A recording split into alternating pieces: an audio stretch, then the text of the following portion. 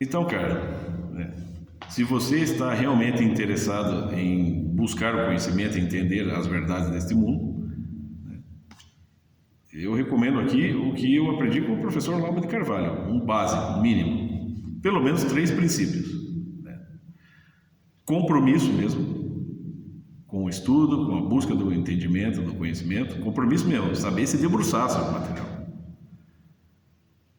Segundo, não se contentar com pouco e não se contentar com material de segunda mão. Ou seja, você também precisa da experiência. Não é só viver internado no gabinete, enterrando a cara nos livros. Os livros são uma parte do entendimento da coisa. É como ele explicou mesmo, a parte formal da coisa. Bom, há pouco eu assisti um vídeo publicado pelo canal da Brasil Paralelo, né, uma grande produtora de conteúdos.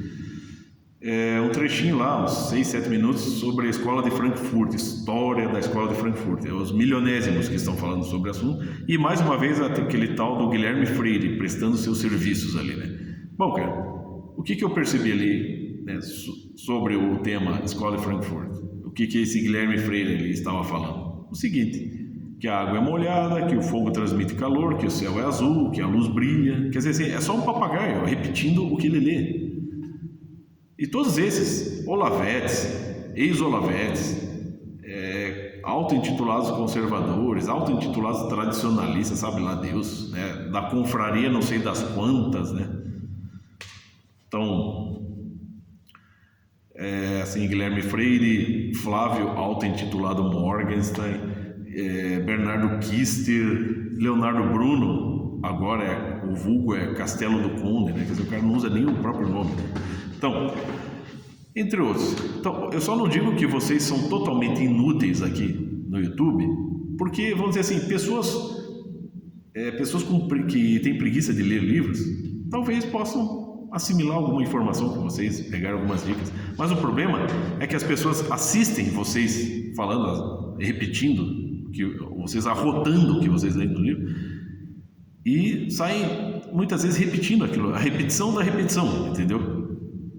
Quer dizer, quando você lê ali o prefácio ao livro Jardim das Aflições, do professor Olavo de Carvalho, o que aparece ali não é um intelectual que está simplesmente arrotando o que ele comeu, entende? Ele estabeleceu uma nova estratégia interpretativa, uma nova ótica, um novo ponto de vista sobre a situação histórica, filosófica, sobre a revolução cultural, sobre as revoluções em geral, sobre o estado de espírito na atualidade, da cultura das pessoas. Por quê? Porque ele viveu as experiências, ele não permaneceu trancado em gabinete o tempo todo lendo. Ele estudou, mas ele também viveu, ele mergulhou a fundo, ele se tornou, por exemplo, um comunista de carteirinha. Ele se colocou na experiência, ele viveu a experiência, de fato. Não só intelectivamente, mas in loco.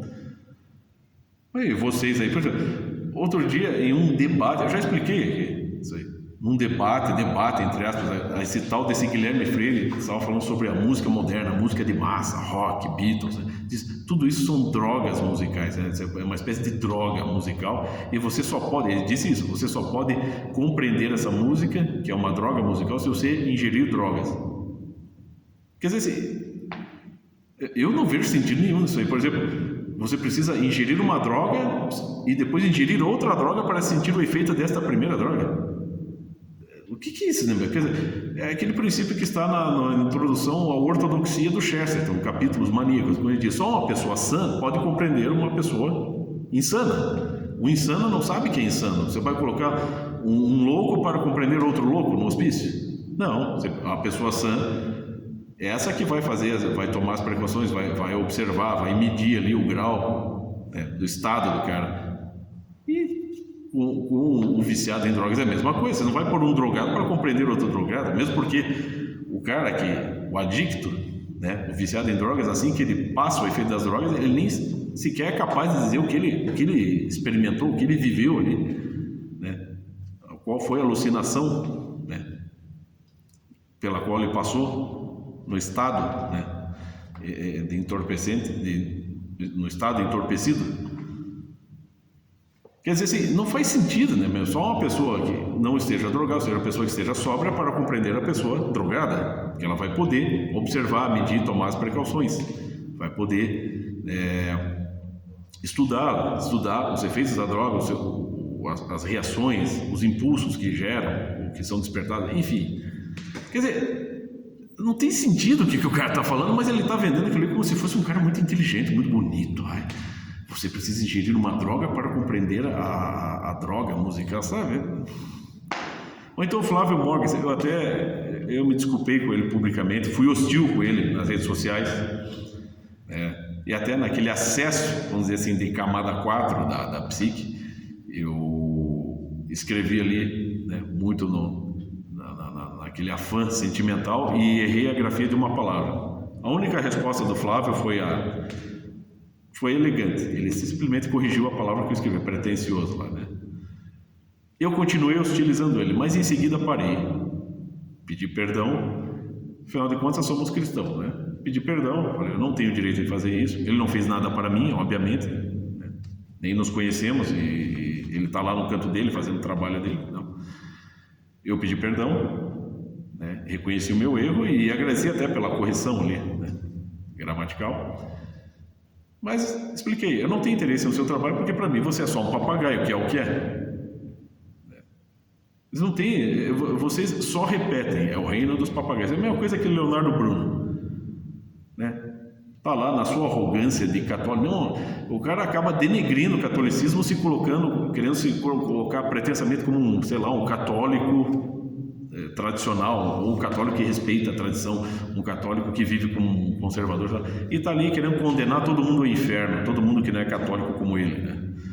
Ou o Bernardo Kiesler, lá lançando cursinho de teologia, toda hora falando de teologia da libertação, dele põe lá atrás, assim, lá dele, né, já tá pop, né? Tá lucrando, né? Daí ele põe lá atrás uma imagem na parede atrás dele, uma imagem de Nossa Senhora feita de luzes de neon. Né? Tipo assim, que é um prostíbulo, uma casa de cabaré, o que é? E também a mesma coisa, só repetindo, só blá blá blá blá blá, é só arrotando. Vocês só arrotam, meu filho.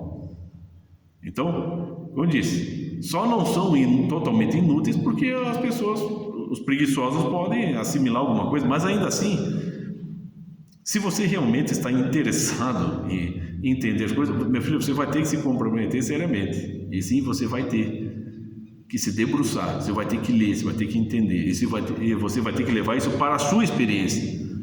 Você vai ter que observar em torno das coisas. Até gostei daquele Daniel Lopes, né? Foi aluno do professor Olavo, falou, seja o sal da terra. Não queira bancar o tradicionalista.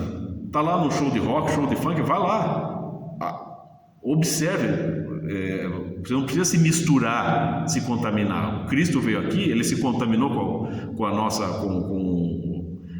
as trevas do mundo, com as tendências ruins do mundo, não, mas ele veio aqui para ensinar, ele ensina isso, você precisa da experiência e você precisa resistir a ela, né? Você precisa, não é porque você está no show de rock que necessariamente você vai se converter a um fanático, né, da cultura de massa, mas você tem que estar lá para observar a coisa, em loco, a experiência, precisa da experiência. Se fosse assim, então, ninguém mais vai ler o Karl Marx, nem Lenin, nem Mao Tse-tung, nem estudar. Não, tudo isso vai te levar para o inferno. Você só pode, você é obrigado a ler apenas aquilo que está na cultura católica, por exemplo. O catolicismo foi feito é um instrumento para você dialogar com o mundo, para você até enfrentar o mundo. Não, a Igreja Católica, a doutrina católica não é uma finalidade em si mesma, que eu saiba, ela é um meio.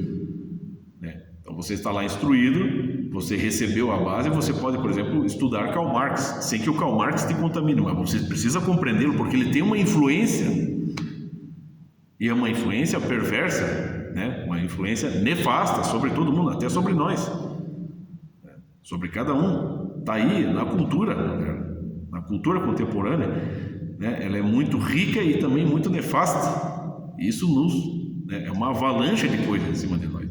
E o catolicismo, a cultura católica é um ponto no meio disso tudo. Só que é um ponto cirúrgico, né? E não vai adiantar você se fechar numa bolha de pseudo-catolicismo para se sentir um santinho, pegar a Bíblia como escudo, pegar a igreja como refúgio. Não, a missão, que eu saiba, Na missa tradicional, o quê? Ite missa est. Ide, ao final da missa. A missão é da porta para fora. Da porta para dentro é orientação ritual. Da porta para fora é que você vai enfrentar o mundo, a partir daquilo que você aprende. E você precisa enfrentar. Agora, os intelectuaizinhos de gabinete aí, vocês não estão ajudando é nada.